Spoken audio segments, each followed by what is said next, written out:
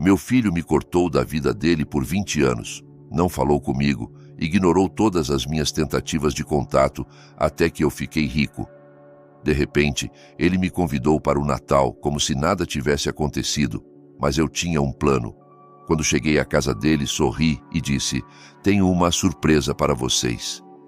Os rostos deles brilharam de ganância, esperando pelo meu dinheiro, mas quando viram o que eu havia preparado, suas expressões empalideceram e os sorrisos desapareceram. O telefone tocou bem na hora em que eu estava começando minha rotina noturna, o som estridente cortando o silêncio de dezembro em minha casa em Porto Alegre como uma faca. Quase não atendi. Telemarketing sempre liga na hora do jantar, mas algo me fez pegar o aparelho. "Pai?" A voz me atingiu como um golpe físico. 20 anos de silêncio, e agora essa saudação casual, como se tivéssemos conversado ontem. "Nicolas." Minha voz saiu firme, embora meus dedos apertassem o telefone com força. Que surpresa! Bem... Ouvi aquela risada nervosa familiar, a mesma que ele usava quando criança, ao ser pego em uma mentira.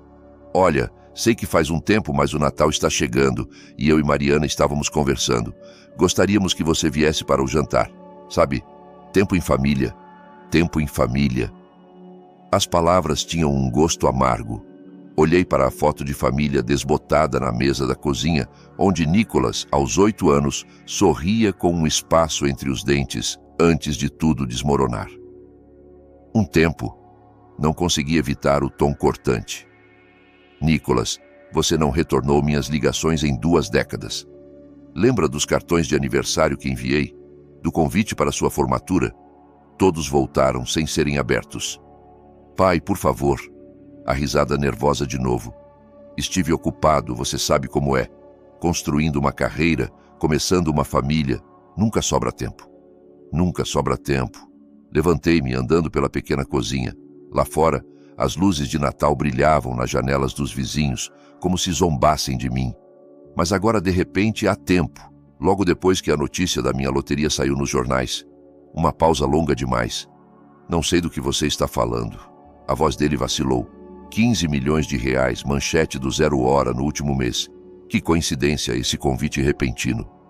"Pai, não é isso. Quer dizer, estou feliz por você, mas não é por isso que liguei. Só pensamos que seria bom nos reconectarmos. Você está ficando mais velho e..." "Estou ficando mais velho." Quase ri. "Estive envelhecendo por 20 anos, Nicolas. Onde você estava quando fiz minha cirurgia cardíaca? Quando passei o Natal sozinho nesta casa vazia, ano após ano?" A voz dele mudou, agora defensiva. "Olha, sei que as coisas não foram perfeitas entre nós, mas isso é passado. Somos família. Isso tem que valer alguma coisa." Família. A palavra pairou entre nós como uma maldição. Pensei em todas as vezes que fiquei sentado ao lado deste mesmo telefone, esperando que ele tocasse. Todas as mensagens sem resposta, as cartas devolvidas, os aniversários passados em silêncio. "Você tem razão", disse finalmente. "Família vale alguma coisa. Estarei lá." "Sério?" Ele pareceu surpreso. "Que ótimo, pai. Véspera de Natal, às 6. Te mando o endereço por mensagem." "Pode mandar." Fiz uma pausa, deixando o silêncio crescer. "E Nicolas, tenho uma surpresa para você." "Uma surpresa?" A voz dele se iluminou, e eu podia quase ouvir os cifrões no tom. "Que tipo de surpresa?" "Você vai ver." Desliguei antes que ele pudesse responder. Coloquei o telefone no lugar com cuidado, minhas mãos tremendo levemente. A cozinha parecia diferente agora, carregada de possibilidades. Lá fora, a neve começava a cair, cobrindo as ruas silenciosas de Porto Alegre com um manto branco. Fiquei ali por um longo momento, olhando para o nada, minha mente voltando à última vez que vi o rosto do meu filho. Fazia tanto tempo, mas algumas feridas nunca cicatrizam de verdade. Elas apenas esperam, enterradas sob anos de resignação e dignidade silenciosa, até o momento certo para se revelarem. Caminhei até a janela, observando a neve cair, e lembrei como tudo começou. A neve me trouxe de volta àquele dezembro de 20 anos atrás, quando tudo o que construí desmoronou. Eu estava sentado nesta mesma cozinha, embora a casa parecesse diferente então, mais quente, cheia da promessa de família. Mariana estava arrumando suas malas espalhadas pelo chão do quarto como feridas abertas. "Você é patético, Sebastião", ecoava sua voz na minha memória, afiada e cruel. 45 anos. E o que você tem para mostrar? Um emprego sem futuro na contabilidade Silva, uma hipoteca que mal podemos pagar e sonhos que nunca se realizarão. Lembrei-me de ficar parado na porta, vendo-a dobrar roupas com precisão mecânica. Pensei que estávamos felizes. Felizes? Ela riu, um som como vidro se quebrando. "Quando foi a última vez que você me surpreendeu com algo? Quando me levou a um lugar bonito? Roberto me trata como rainha." Roberto, o novo namorado, o cara com o BMW e o escritório de canto, aquele que ligava para nossa casa meses antes de eu entender o que estava acontecendo. "E o Nicolas?" perguntei, tentando me agarrar a qualquer coisa. "Ele precisa de estabilidade, precisa do pai. Ele precisa de um vencedor como pai." Ela fechou a mala com força. "Tudo o que você sempre foi é uma decepção." O divórcio foi rápido e brutal. O advogado de Mariana era caro, o meu sobrecarregado e mal pago. Ela ficou com a casa, o carro e a lealdade do nosso filho. Mudei-me para este pequeno aluguel em Porto Alegre, recomeçando aos 45 anos, com nada além do meu trabalho de contador e o gosto amargo da traição. Nicolas tinha 18 anos então, velho o suficiente para escolher lados. Ele escolheu o dela sem hesitar. "A mãe está certa", disse ele em uma de nossas últimas conversas, a voz fria, com a certeza típica de adolescente. "Você só dá desculpas. Talvez se tivesse se esforçado mais, sido mais bem-sucedido, nada disso teria acontecido." Tentei explicar, fazê-lo entender, mas ele já havia decidido. O padrasto tinha dinheiro, influência, contatos. O que eu tinha? Um pequeno apartamento e um coração partido. Seguiram-se 20 anos de silêncio. 20 anos de cartões de aniversário devolvidos sem abrir, de ligações que caíam direto na caixa postal, de manhãs de Natal passadas sozinho nesta casa silenciosa. Aprendi a conviver com o vazio, a encontrar sentido em pequenas coisas. Meu trabalho, meus livros, a bondade ocasional dos vizinhos. Mas nunca deixei de ter esperança. Nunca deixei de acreditar que um dia meu filho se lembraria do homem que o ensinou a andar de bicicleta, que passou noites em claro quando ele teve pneumonia, que o amou incondicionalmente, mesmo quando o amor não foi suficiente. A vitória na loteria mudou tudo. 15 milhões de reais livres de impostos, de um bilhete que comprei por impulso na Loterias Caixa. A história chegou às notícias locais, depois aos jornais estaduais. Em uma semana, meu telefone começou a tocar novamente. Velhos amigos que não ouvia há anos, parentes distantes que eu havia esquecido que existiam. E então, naquele dia, a ligação que eu estava esperando e temendo em igual medida. Caminhei até minha escrivaninha e peguei a pasta que vinha montando há meses. Extratos bancários, registros de investimentos, documentos legais, tudo o que eu precisava para a véspera de Natal. Tudo o que eu precisava para mostrar ao meu filho exatamente que tipo de homem seu pai havia se tornado. A neve continuava caindo lá fora, cobrindo Porto Alegre de branco imaculado. Logo, muito em breve, eu teria minha chance de dar a Nicolas e Mariana a surpresa que eles estavam esperando. Mas algo me dizia que não seria exatamente o que eles imaginavam. Sorri para mim mesmo, fechando a pasta. 20 anos foi um longo tempo para esperar por justiça. Mas algumas coisas eu aprendi, valiam a espera. O isolamento foi meu professor, embora eu não tivesse percebido na época. Após o divórcio, quando a solidão se instalou em meus ossos como o frio de inverno de Porto Alegre, precisei de algo para preencher as horas intermináveis. Foi quando descobri meu talento para números. Não apenas os números da contabilidade, mas aqueles que podiam construir impérios do nada. Tudo começou com um anúncio de execução hipotecária que vi no Zero Hora em 2008. Um pequeno duplex no bairro Partenon, nada especial, mas o preço chamou minha atenção. Enquanto todos fugiam do mercado imobiliário, eu vi uma oportunidade. Dirigi até a propriedade na hora do almoço, notando a estrutura sólida sob a tinta descascada e o quintal mal cuidado. Naquela noite, espalhei recortes de jornais pela mesa da cozinha, as bordas amareladas curvando-se à luz da lâmpada. Taxas de hipoteca, valores de propriedades, previsões de mercado. Devorei tudo como um homem faminto. A velha cadeira de madeira rangeu sob meu peso enquanto eu me debruçava, calculando riscos no verso de contas de luz. Você tem certeza disso, Sr. Silva? O banqueiro me olhou por cima dos óculos, cético. O mercado imobiliário é um jogo perigoso agora. Tenho certeza. Assinei os papéis com mãos firmes, embora meu coração batesse forte. Era cada centavo que economizei desde o divórcio, mais um pequeno empréstimo contra minha modesta poupança para a aposentadoria. O duplex tornou-se meu projeto noturno. Eu dirigia até lá depois do trabalho, com ferramentas chacoalhando no porta-malas, e passava horas raspando tinta, consertando vazamentos, trocando tábuas apodrecidas. O trabalho físico era bom, tinha propósito. Pela primeira vez em anos, eu estava criando algo, em vez de apenas sobreviver. 6 meses depois, tinha inquilinos. Gente boa. Um jovem casal começando a vida, grato por paredes limpas e encanamento funcionando. O aluguel cobria minha hipoteca com um pequeno lucro sobrando. Reinvesti imediatamente, comprando outra propriedade e depois outra. A grande recessão foi minha oportunidade de ouro. Enquanto outros perdiam fortunas, eu construía a minha, silenciosamente, uma compra cuidadosa de cada vez. Aprendi a ler bairros como livros, a identificar potencial onde outros viam apenas problemas. Os cálculos à meia-noite tornaram-se rotina, planilhas brilhando na tela do meu computador, rastreando receitas e despesas com precisão metódica. Em 2015, eu possuía 12 propriedades em Porto Alegre. Em 2020, 23. Continuava vivendo no mesmo aluguel modesto, dirigindo o mesmo Fiat confiável, usando as mesmas roupas discretas, mas por baixo da superfície, eu estava acumulando poder. O tipo de poder que vinha de decisões inteligentes feitas em solidão paciente. A vitória na loteria foi sorte, claro, mas caiu sobre uma base que construí com disciplina e determinação.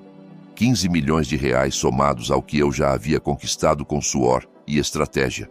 Eu valia mais do que Nicolas poderia imaginar, mais do que Mariana jamais acreditaria ser possível. Olhei para o relógio. Quase meia-noite, a neve havia parado, deixando Porto Alegre envolta em um silêncio imaculado. Amanhã traria novos desafios, novas oportunidades para provar que o homem quieto que eles descartaram como um fracasso havia se tornado algo completamente diferente. Será que Nicolas sabia a extensão do que eu havia conquistado?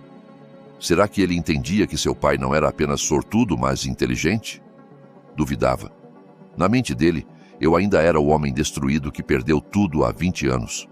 Mas aquele homem se foi, substituído por alguém que aprendeu a transformar solidão em força, fracasso em triunfo. A casa se acomodou ao meu redor, com sons familiares. Eu tinha trabalho a fazer, planos a finalizar. A véspera de Natal estava se aproximando e eu pretendia estar pronto. A manhã chegou com neve fresca nas janelas e eu tomava café na mesa da cozinha quando o telefone tocou novamente. O som me fez parar, a xícara a meio caminho da boca. 2 ligações em 2 dias, após 2 décadas de silêncio. Sebastião! A voz de Mariana me atingiu como um vento frio. Ainda com aquele tom melífluo que ela usava quando queria algo, embora a idade tivesse tornado as bordas mais ásperas. Espero que não se importe com a ligação. Peguei seu número com o Nicolas. Coloquei a xícara no lugar com cuidado. Mariana, que gentileza sua me ligar. Olha, sei que as coisas terminaram mal entre nós, mas temos um filho juntos. Isso tem que valer alguma coisa, né? O Nicolas está com problemas, Sebastião. Problemas sérios. Ele precisa de ajuda e pensei, bem, com sua recente boa sorte. Ouvi um farfalhar ao fundo, sussurros, depois a voz de Nicolas baixa, mas clara. Peça mais. Diga que é urgente. Que tipo de problema? Mantive a voz neutra, embora meu aperto no telefone se intensificasse. O negócio dele você sabe como é. O mundo das startups é tão volátil. Ele tem investidores pressionando, e se ele não conseguir o dinheiro logo... Ela deixou a frase no ar. Odeio ter que pedir, mas você poderia ajudar? Pelos velhos tempos. Mais sussurros. Diga que é pelo futuro dos netos. É pelo futuro dos netos, continuou Mariana, a voz assumindo aquele tom suplicante que eu lembrava do nosso casamento. Você não quer que eles sofram por causa de problemas de negócios, quer? Observei o vapor subindo da minha xícara de café, pensando em todas as vezes que caí nessa rotina. As crises fabricadas, a manipulação emocional, o jeito como ela sempre soube exatamente quais botões apertar. Quanto? Perguntei. Bem, 200 mil reais cobririam os problemas imediatos, mas se você pudesse chegar a 300 mil, outro sussurro. Talvez 400 mil, só por segurança. Quase ri. 400 mil reais, pedidos com a casualidade de quem pede açúcar emprestado ao vizinho. Entendo. Sebastião, sei que você está bravo com o passado, mas isso é maior que nossos problemas. É sobre família, sobre fazer o que é certo. O que é certo? Repeti as palavras lentamente. Diga-me, Mariana, o que foi certo em 20 anos de silêncio? O que foi certo em devolver cartões de aniversário sem abrir? O que foi certo em ensinar nosso filho a tratar o pai como um estranho? A voz dela endureceu. Isso é história antiga. Estamos falando do agora, do futuro do seu filho. Não vou dar um centavo. As palavras saíram mais limpas do que eu esperava, sem raiva ou amargura. Apenas fato. O quê? Ela parecia genuinamente chocada. Sebastião, você não pode estar falando sério. Você ganhou milhões de reais. O que são algumas centenas de milhares para ajudar seu próprio filho? Nem um centavo, repeti. Nem agora, nem nunca. Mas você o ama. É o pai dele. Como pode simplesmente abandoná-lo quando ele mais precisa de você?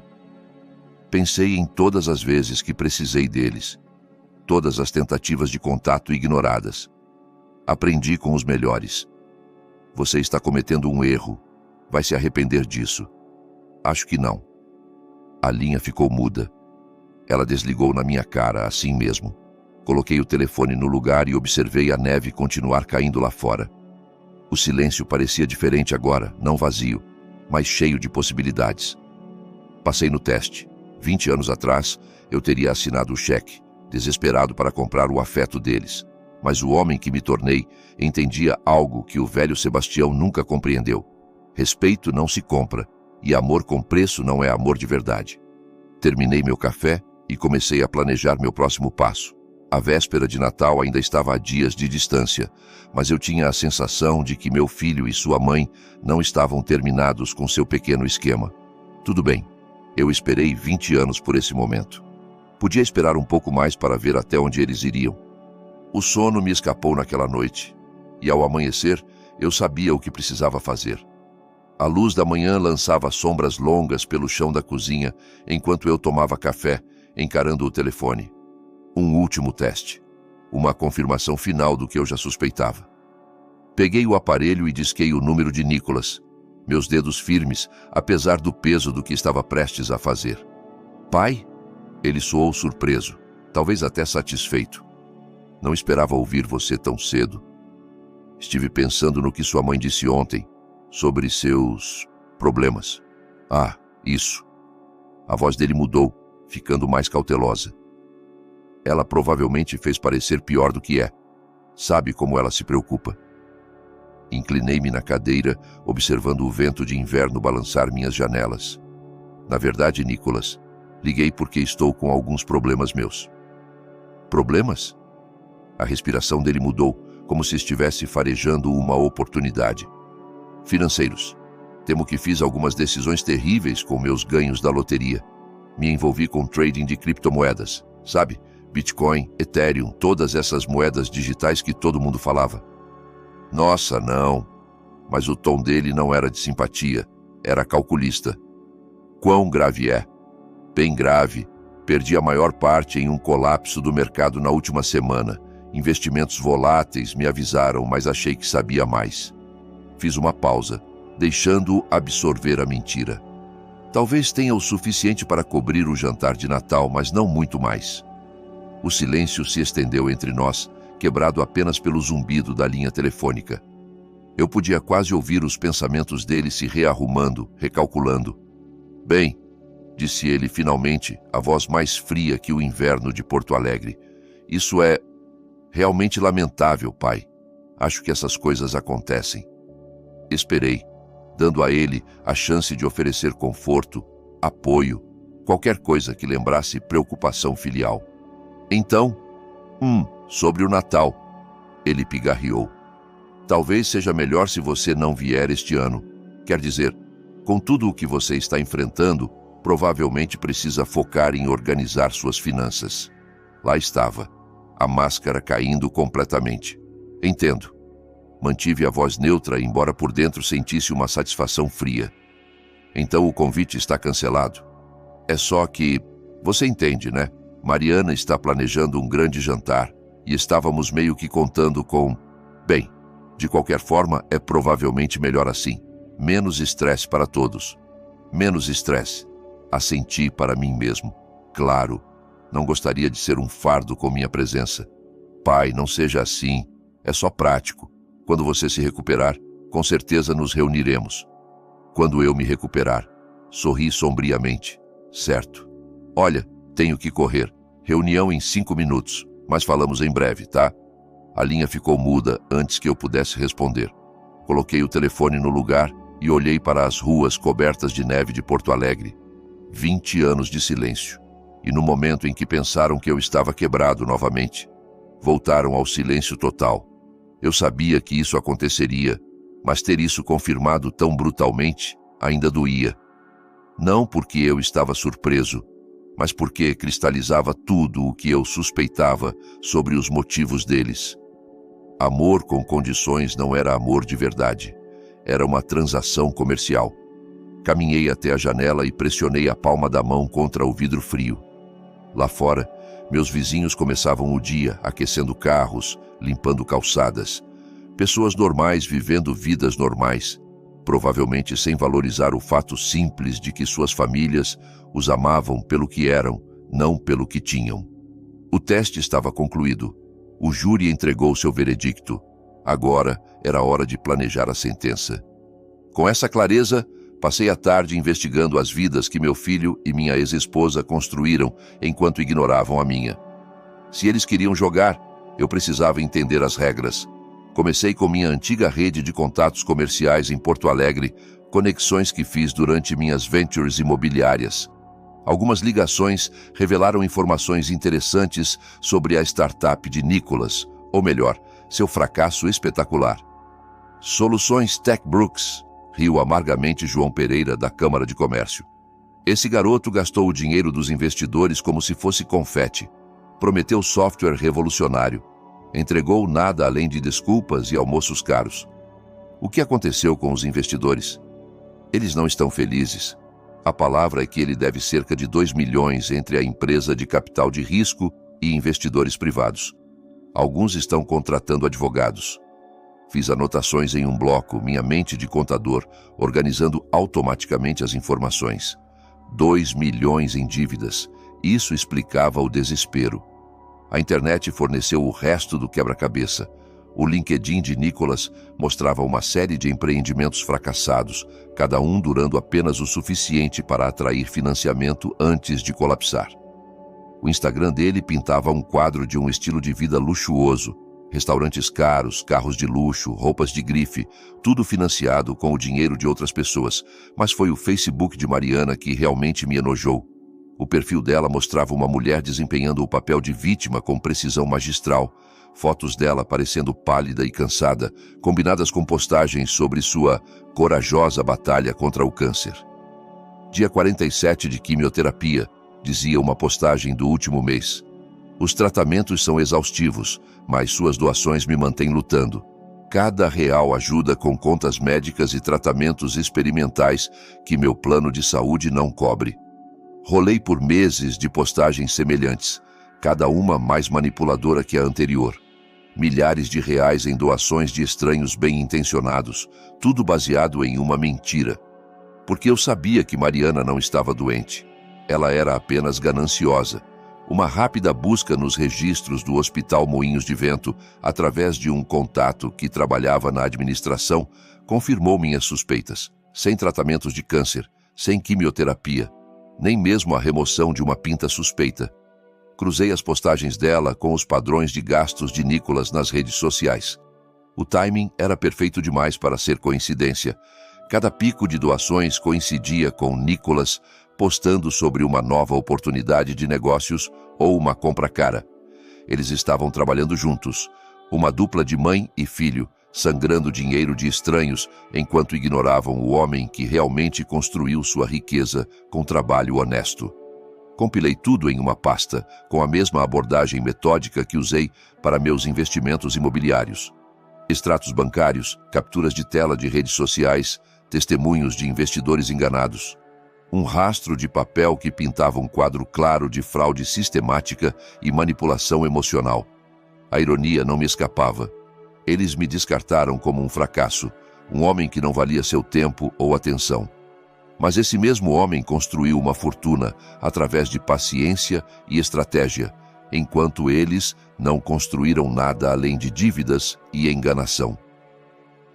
Fechei meu laptop enquanto a noite caía sobre Porto Alegre, o brilho da tela desvanecendo-se na escuridão. Amanhã traria novas oportunidades, novas peças do quebra-cabeça. Mas naquela noite, permiti-me um momento de satisfação. Eu não era mais a vítima dessa história. Estava me tornando o autor. O telefone tocou novamente naquela noite, provavelmente outra tentativa desesperada de arrancar dinheiro de seu rico pai. Deixei tocar, ouvindo o som ecoar pela casa silenciosa. Que se perguntassem, que se preocupassem. O Natal ainda estava a dias de distância e eu tinha trabalho a fazer. Lá fora, a neve continuava caindo, cobrindo Porto Alegre de branco, limpo, puro, pronto para um novo começo. A aurora trouxe foco e alcancei o telefone antes mesmo de meu café matinal terminar de passar. As anotações da pesquisa de ontem estavam espalhadas pela mesa da cozinha, como um plano de batalha. Era hora de ver até onde a ganância do meu filho o levaria. Nicholas atendeu no segundo toque. Pai, isso é inesperado. 2 vezes em 2 dias? Tenho boas notícias, disse acomodando-me na cadeira. Lembra daqueles investimentos em criptomoedas que mencionei? Os que me deixaram na pior? Sim. A voz dele carregava uma nota de cautela, como se suspeitasse para onde isso estava indo. Bem, consegui recuperar a maior parte. Day trading, sabe? Comprei na baixa e vendi na alta. Saiu melhor do que eu esperava. O silêncio durou exatamente 3 segundos. Contei. Isso é fantástico, pai. Estou tão aliviado. Estava preocupado com você. A mentira veio tão fácil para ele. Nem um pingo de vergonha ou embaraço por ter me descartado tão rapidamente quando pensou que eu estava quebrado. Então estava pensando, continuei. Talvez o Natal esteja de volta, se o convite ainda estiver de pé. Claro, claro que está. Mariana vai ficar empolgada. Ela está ansiosa para te ver. Outra mentira. Eu podia ouvir os cálculos clicando por trás das palavras dele, como uma velha caixa registradora. Na verdade, pai, falando do Natal, a voz dele mudou, ficando mais íntima, mais filial. Sei que é constrangedor trazer isso à tona. Mas já que você mencionou sua recuperação financeira, estava me perguntando se você consideraria me ajudar com algo. Sorri sombriamente. É essa oportunidade de negócios, sensível ao tempo, sabe? O tipo de acordo que poderia me estabelecer para a vida, mas preciso agir rápido. 300 mil reais cobririam minha entrada. 300 mil reais. Não um pedido de empréstimo, uma exigência disfarçada de oportunidade. É uma quantia significativa, Nicholas. Eu sei, mas pai, não é só sobre mim, é sobre garantir o futuro da família, o futuro dos seus netos. E, honestamente, depois de tudo o que aconteceu entre nós, pensei que isso poderia ser uma forma de, sabe, começar do zero. A manipulação era de tirar o fôlego em sua ousadia. Família, netos, recomeços. Todos os botões que ele achava que funcionariam no homem que eu costumava ser. Conte-me mais sobre essa oportunidade, disse, injetando interesse suficiente para mantê-lo falando. É no setor de tecnologia. Desenvolvimento de IA, na verdade, coisas revolucionárias. Os investidores iniciais estão projetando retornos de 500% em 18 meses. O mesmo discurso que ele provavelmente usou em suas vítimas anteriores. Perguntei-me se ele ao menos se deu ao trabalho de mudar os números. 500%? Parece quase bom demais para ser verdade. Sei que parece loucura, mas pai, é assim que funcionam essas tecnologias inovadoras. Lembra quando o Bitcoin não era nada? Quem entrou cedo fez fortunas. Deixei o silêncio pairar, como se estivesse realmente considerando. Na verdade, eu estava maravilhado com o quão completamente ele se revelou, sem menção de me pagar de volta, sem reconhecimento dos 20 anos de silêncio, apenas a mão estendida, palma para cima, esperando. Vou precisar pensar sobre isso, disse finalmente. Claro, mas pai, o tempo é realmente um fator aqui. A janela fecha depois do Natal. Então, se for fazer isso, precisamos agir rápido. A urgência era fabricada, claro, criar pressão, eliminar tempo para segundas intenções, táticas clássicas de golpista. Entendo. Vou dormir pensando nisso. É tudo o que peço. E pai, obrigado por ao menos considerar. Isso significa tudo para mim. Desliguei e me recostei na cadeira, observando a luz matinal refletir no meu bloco de anotações. Ele caiu completamente na isca, sem suspeitas, sem perguntas sobre como recuperei minhas perdas tão rápido. Apenas ganância pura e destilada. Peguei minha caneta e escrevi uma única palavra: confirmado. 20 anos de silêncio, e agora ele queria R$300 mil com base em uma ligação de 5 minutos. A ousadia era quase admirável em sua descarada natureza. Quase. Olhei para o relógio. O dia útil estava apenas começando, e eu tinha outras ligações a fazer, outras peças para colocar no lugar. Nicholas achava que estava me manipulando, mas não fazia ideia de que o jogo já havia começado. Com a isca lançada, voltei-me para os contatos que compilei durante a pesquisa de ontem. Os investidores que Nicholas enganou mereciam saber para onde foi o dinheiro deles e onde o homem que o pegou estava escondido. Comecei com a empresa de capital de risco. A recepcionista me transferiu para um senhor Davi, que soava cansado mesmo às 9 da manhã. Você está ligando sobre Nicholas Silva. Qual é sua conexão com ele? Sou alguém que acredita em responsabilidade. Disse com cuidado. Entendo que ele deve uma quantia considerável à sua empresa. Considerável é pouco. Estamos falando de fraude deliberada, mas ele sumiu, sem endereço de encaminhamento, sem informações de contato. Nossos advogados estão frustrados. E se eu dissesse que sei exatamente onde ele está? A cadeira de Davi rangeu enquanto ele se inclinava para a frente. Estou ouvindo. Porto Alegre, Rio Grande do Sul. Ele está escondido lá há meses, morando na casa da mãe, enquanto planeja seu próximo esquema. Forneci o endereço, número de telefone e evidências de redes sociais que reuni. A excitação de Davi era palpável. Como você sabe de tudo isso? Digamos que tenho um interesse pessoal em ver a justiça ser feita. Após Davi, contatei os 3 investidores privados que Nicholas nomeou nos documentos de registro de sua empresa fracassada. Suas reações foram notavelmente semelhantes. Ceticismo inicial, seguido de raiva mal contida quando forneci provas de seu paradeiro. Aquele pequeno vigarista, rosnou Helena Martins, que perdeu R$50 mil na startup de painéis solares dele. Eu sabia que ele estava escondido em algum lugar. Meu advogado disse que precisaríamos de um detetive particular para rastreá-lo. Considere a investigação concluída, disse. Também estou enviando evidências do estilo de vida atual dele.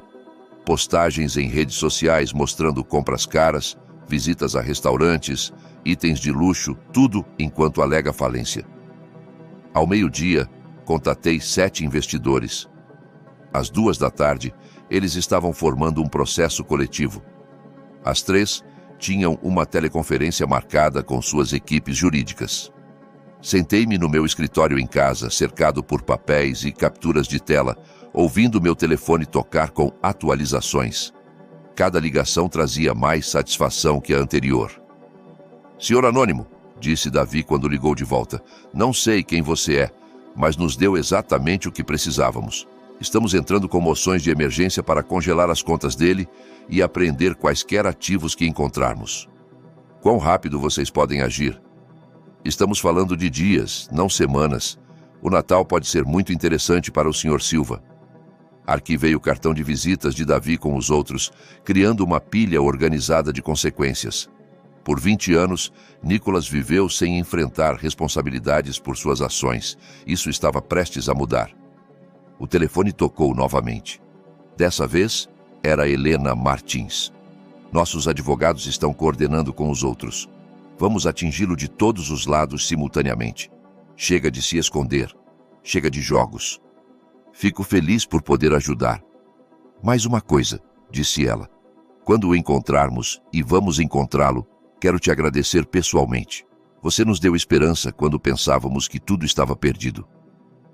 Desliguei e olhei para as ruas de Porto Alegre, onde meu filho achava que estava seguro, onde pensava que poderia continuar seus esquemas sem consequências. A neve havia parado de cair, deixando o mundo claro e nítido, visibilidade perfeita para o que estava por vir. Abri meu laptop e comecei a escrever um e-mail para a RBS TV. Se Nicholas queria brincar com o dinheiro dos outros, talvez fosse hora de Porto Alegre saber que tipo de vizinho eles tinham. Com alianças formadas, dirigi na tarde seguinte para coletar a última peça de evidência de que precisava.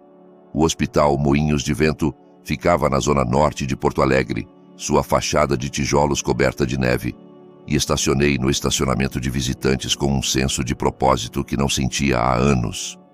As portas automáticas se abriram, liberando aquele cheiro antisséptico familiar que sempre me lembrava da minha cirurgia cardíaca anos atrás, aquela que Nicholas não se deu ao trabalho de me visitar.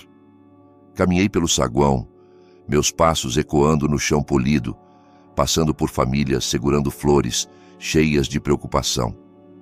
Encontrei Janaína Moraes no escritório de registros médicos, uma mulher que conheci desde meus dias de contador, quando gerenciei os livros da clínica odontológica de seu falecido marido. Ela levantou os olhos do computador, surpresa. Sebastião Silva? O que te traz aqui num dia como este? Oi, Janaína. Preciso de um favor e sei que é um território delicado. A expressão dela mudou para cautela. Que tipo de favor? Tirei um cartão de visitas da empresa de Davi do bolso. Estou ajudando em uma investigação de fraude. Há uma mulher alegando tratamentos de câncer que nunca recebeu, coletando doações sob falsos pretextos. Vidas estão sendo afetadas. Janaína estudou o cartão, depois olhou para mim. Sebastião, você sabe que eu não posso simplesmente... Mariana Silva, minha ex-esposa. As palavras tinham um gosto amargo. Ela tem feito um golpe nas redes sociais, alegando tratamentos de quimioterapia que nunca aconteceram. Pessoas boas estão enviando dinheiro que não podem pagar, acreditando que ela está morrendo. Algo mudou nos olhos de Janaína. Ela sempre foi uma mulher que valorizava a honestidade acima da burocracia. Isso fica entre nós, disse ela baixinho. 20 minutos depois, sentei no meu carro revisando os relatórios. Histórico médico limpo, retrocedendo 5 anos. Check-ups de rotina, limpezas dentárias, uma infecção sinusal leve na última primavera, nenhum compromisso com oncologia, nenhuma quimioterapia, nenhum diagnóstico de câncer de qualquer tipo. As luzes fluorescentes do hospital lançavam sombras duras sobre os papéis enquanto eu lia cada detalhe. Cada página confirmava o que eu já sabia. Toda a história de câncer de Mariana era fabricada. Cada doação, cada mensagem de solidariedade, cada oração enviada a ela era baseada em uma mentira elaborada. Guardei os registros no bolso do casaco, sentindo seu peso contra meu peito como uma armadura. A volta para casa pelas ruas silenciosas de Porto Alegre me deu tempo para processar o que descobri. A neve caía constantemente, cobrindo o mundo de branco, fazendo tudo parecer limpo e novo. Por um momento, parado em um semáforo, me perguntei se estava cruzando linhas éticas. Eram registros médicos privados obtidos por conexões pessoais em vez de canais apropriados. Mas então, pensei nas famílias enviando notas de R$20 que não podiam poupar, acreditando que estavam ajudando uma mulher moribunda a lutar pela vida. O semáforo ficou verde e segui em frente. Às vezes, a justiça exigia sujar as mãos. De volta ao lar, coloquei os registros na minha pasta, ao lado das informações dos investidores e confirmações de processos. 3 ângulos de ataque separados, todos cuidadosamente orquestrados, todos perfeitamente cronometrados. Nicolas e Mariana passaram 20 anos acreditando que eram mais espertos que todos ao seu redor. Amanhã testaria essa teoria. Olhei pela janela da cozinha, onde as luzes de Natal brilhavam nas janelas dos vizinhos, e permiti-me um sorriso. A temporada de festas estava prestes a se tornar muito interessante para a família Silva. O telefone tocou mais uma vez naquela noite. Deixei ir para o correio de voz, já sabendo que seria Nicolas ou Mariana, com outro pedido urgente ou crise fabricada. Mas o tempo deles para fazer exigências estava acabando. Depois de amanhã, estariam ocupados demais lidando com consequências para incomodar seu pobre pai esquecido. Servi-me uma xícara de café e sentei para revisar meus planos uma última vez. A manhã de Natal estava a poucas horas de distância. O Natal amanheceu claro e fresco, e eu me preparei para o que seria o feriado mais satisfatório em 20 anos. Vesti-me com cuidado, nem muito formal, nem muito casual, e dirigi pela cidade até o endereço que Nicolas me enviou semanas atrás. A casa ficava em um novo condomínio no bairro Três Figueiras, com fachadas de vinil e paisagismo idêntico, luzes de Natal penduradas desleixadamente na varanda. Vi vultos se movendo atrás das janelas, provavelmente Mariana preocupada com os preparativos de última hora, enquanto Nicolas contava lucros imaginários de sua oportunidade de investimento fictícia. Toquei a campainha, arrumando meu rosto em uma expressão que esperava parecer entusiasmo de avô. Pai! Nicolas abriu a porta com os braços abertos, como se tivéssemos jantado juntos toda semana por anos, em vez de silêncio total. Você veio, entre! Mariana apareceu atrás dele, mais magra do que eu lembrava, mas com aquele mesmo olhar calculista nos olhos. Sebastião, que maravilha te ver. Você parece próspero. Entrei na sala de estar aquecida, notando os móveis caros que não combinavam exatamente com a televisão oversized, as bolsas de grife jogadas descuidadamente sobre cadeiras, tudo comprado com o dinheiro de outras pessoas. Obrigado por me receberem, disse, pendurando meu casaco no cabide. Trouxe algo especial para mais tarde, uma surpresa para vocês dois. Os olhos deles se iluminaram imediatamente. Uma surpresa? Mariana juntou as mãos. Que atencioso. Sentamos à mesa de jantar que poderia acomodar 12 pessoas, carregada de pratos que pareciam impressionantes, mas tinham gosto de terem vindo da seção de congelados do Zafari. Nicolas cortou o peru com um floreio teatral, enquanto Mariana enchia taças de vinho e me bombardeava com perguntas sobre minha recuperação das perdas com criptomoedas. Que sorte que você conseguiu se recuperar, disse ela, sem me olhar nos olhos. Essas flutuações de mercado podem ser tão imprevisíveis. Realmente podem, concordei, cortando meu peru em pedaços precisos. Mas aprendi a ser mais cuidadoso sobre em quem confiar para conselhos financeiros. Nicolas lançou-se em uma explicação detalhada sobre sua oportunidade de investimento em IA, completa com retornos projetados e urgência de tempo. Assenti, fazendo perguntas que pareciam demonstrar interesse, enquanto observava seus rostos ficarem mais animados a cada sinal percebido da minha disposição de investir. A batida veio bem na hora da sobremesa, seca, autoritária. O tipo de batida que significava negócios. Nicolas franziu a testa largando o garfo. Não estava esperando ninguém. Ele caminhou até a porta da frente, Mariana e eu o seguindo. Pela janela, vi um homem de casaco escuro segurando um envelope. Nicolas Silva? Perguntou o homem quando a porta se abriu. Sim? Você foi intimado. Ele entregou o envelope e virou-se para sair. Nicolas olhou para os papéis, seu rosto perdendo a cor enquanto lia. Isso não pode estar certo. O que é, querido? Mariana espiou por cima do ombro dele. É um processo, vários processos. Os investidores? Eles me encontraram. As mãos dele tremiam enquanto folheava páginas de documentos legais. Congelamentos emergenciais de ativos, exigências de restituição, alegações de fraude criminal. Como eles souberam onde eu estava? A voz dele falhou levemente. Mantive minha expressão de avô preocupado, enquanto internamente saboreava cada momento do pânico dele. Nossa, não, disse Mariana, lendo por cima do ombro dele. Sebastião, isso é péssimo timing. Bem no meio do jantar de Natal. Essas coisas têm um jeito de alcançar as pessoas, observei calmamente.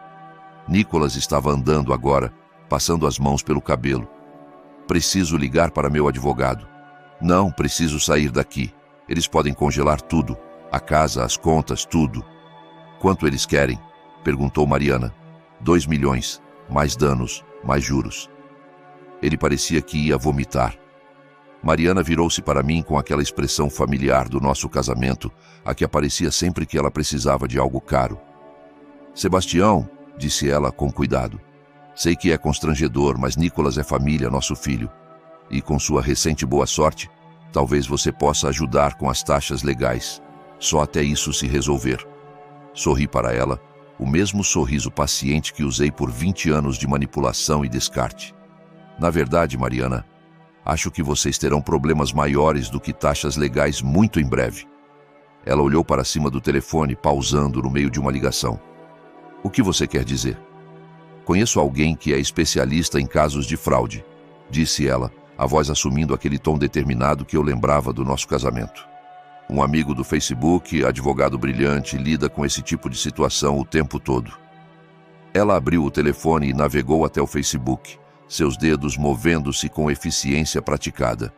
Observei seu rosto, sabendo o que estava por vir, mas curioso para ver como se desenrolaria.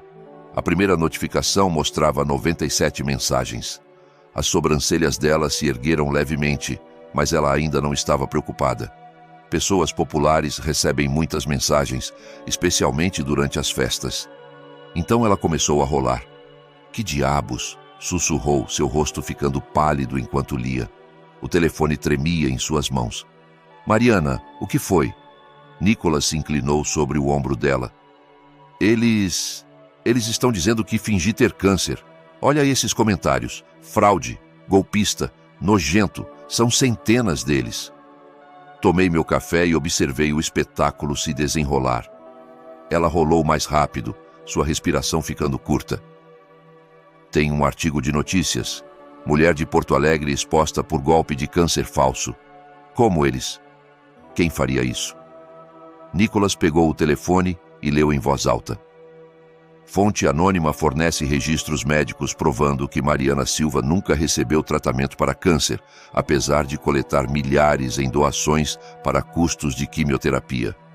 Isso não pode estar acontecendo. A voz de Mariana falhou. Alguém hackeou meus registros médicos. Isso é ilegal. É verdade? Perguntou Nicolas, a voz mortalmente calma. Claro que não é verdade. Estou lutando contra o câncer. Você sabe que estou lutando contra o câncer. Mas mesmo enquanto dizia isso, eu podia ver a dúvida rastejando nos olhos de Nicolas. Ele era muitas coisas, mas não era estúpido. Os registros médicos eram detalhados demais, oficiais demais para serem fabricados. Jesus, mãe. Meu Deus. Você sabe o que isso significa? Eles vão investigar tudo. Meus processos, suas doações, tudo. O telefone de Mariana vibrou com outra notificação, depois outra. As mensagens estavam chegando agora. Ex-doadores exigindo reembolsos, repórteres pedindo entrevistas, autoridades fazendo perguntas. Faça parar, sussurrou ela, encarando a tela. Faça parar. Não posso fazer parar, retrucou Nicolas. Você fez isso. Você trouxe isso para nós. Eles se viraram para mim simultaneamente, como se de repente se lembrassem que eu estava lá.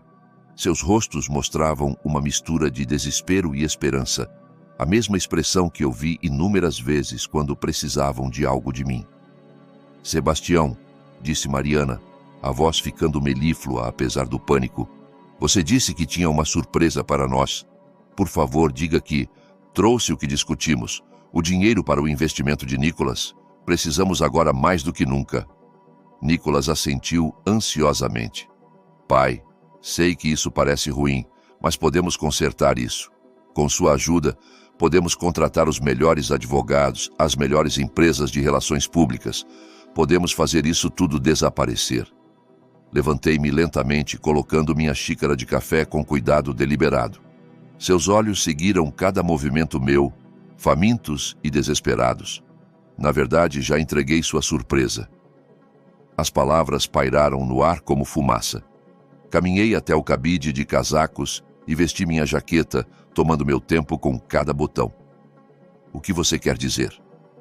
A voz de Mariana era afiada, com pânico crescente. Quero dizer exatamente o que disse. Já dei a vocês o que merecem. Mas o dinheiro, começou Nicholas. Não há dinheiro, não para vocês. Caminhei até a porta, as vozes confusas deles me seguindo. Sebastião, espere. Você não pode simplesmente ir embora. Precisamos conversar sobre isso. Mas eu já estava girando a maçaneta, saindo para a noite fria de Porto Alegre. A porta se fechou atrás de mim com um clique suave, cortando seus apelos e protestos. Caminhei até meu carro sem olhar para trás, embora pudesse ver o brilho quente da janela da sala de estar pelo canto do olho. Dentro, eles provavelmente ainda estavam tentando processar o que acabou de acontecer, ainda acreditando que poderiam manipular seu caminho para fora das consequências. O motor ligou suavemente e me afastei do meio-fio. No retrovisor, vi uma figura aparecer na janela, provavelmente Nicholas, me observando desaparecer na escuridão. 20 anos de silêncio, 20 anos de descarte, 20 anos me tratando como se eu não existisse. Agora, eles sabiam exatamente como era isso.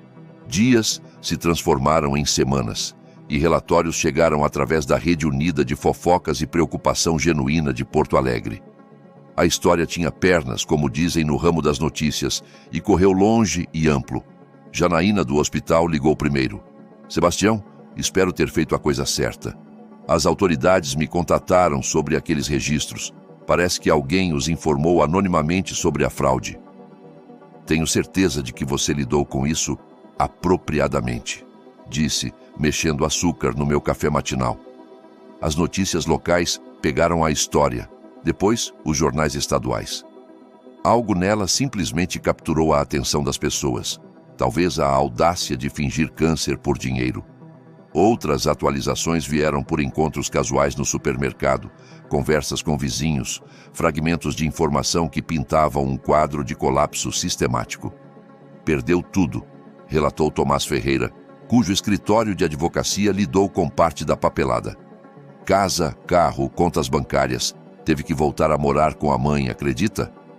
Mas a situação de Mariana era sem dúvida pior. A fraude do câncer tocou um nervo com o público, de uma forma que os esquemas de investidores de Nicholas nunca poderiam.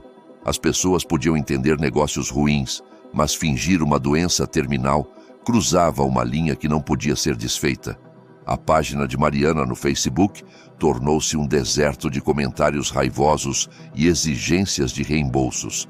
A RBS TV fez uma matéria de acompanhamento sobre como seus tratamentos falsos coincidiam com a promoção de curas milagrosas e suplementos não comprovados, sugerindo que ela estava lucrando com a esperança de pessoas desesperadas de várias maneiras. Acusações de fraude são prováveis, mencionou Carla da biblioteca, onde comecei a fazer trabalho voluntário nas manhãs de terça. O Ministério Público está levando isso a sério. A atualização mais satisfatória veio de uma fonte inesperada. A entregadora de correspondência, uma jovem chamada Sara, que vinha acompanhando a história, parou na minha casa com um pacote e não resistiu em compartilhar o que viu. Entreguei um monte de cartas registradas naquele endereço ontem, disse ela, referindo-se à casa de Nicholas. Documentos legais pelo jeito. A mulher que atendeu, acho que era a mãe dele, parecia que envelheceu 10 anos. Agradeci e entrei, sentindo algo que não experimentava há décadas. Paz completa. A primavera que se seguiu foi uma revelação. Descobri que a liberdade do ressentimento era como se recuperar de uma longa doença. De repente, o mundo tinha cor novamente. Fiz minha primeira verdadeira viagem de férias em anos, dirigindo pelas montanhas da Serra Gaúcha, ficando em pequenas cidades onde ninguém conhecia minha história. Em Gramado, conheci uma professora aposentada chamada Margarida, que me contou sobre seu trabalho voluntário com programas de alfabetização. Quando voltei a Porto Alegre, me inscrevi para ajudar adultos a aprenderem a ler. Era bom construir algo em vez de apenas destruir. O centro comunitário onde eu fazia voluntariado estava cheio de pessoas que enfrentaram desafios reais, perda de emprego, problemas familiares, questões de saúde, e escolheram seguir em frente em vez de retroceder. A resiliência delas colocou minhas próprias lutas em perspectiva. "Você parece diferente", observou o padre Martins da Igreja São José, onde comecei a frequentar novamente. Mais leve, de alguma forma. Ele estava certo. O peso que carreguei por 20 anos havia desaparecido, deixando espaço para coisas que eu esqueci que gostava. Livros, longas caminhadas, conversas com pessoas que valorizavam honestidade acima de lucro. Ainda vivia na mesma casa modesta, dirigia o mesmo Fiat confiável, mas agora essas coisas pareciam escolhas, não limitações. Eu tinha dinheiro suficiente para morar em qualquer lugar, fazer qualquer coisa. Mas descobri que a satisfação vinha de fontes diferentes do que eu esperava. Uma noite em maio, enquanto planejava uma viagem para visitar o cânion do Itaimbezinho, meu telefone tocou.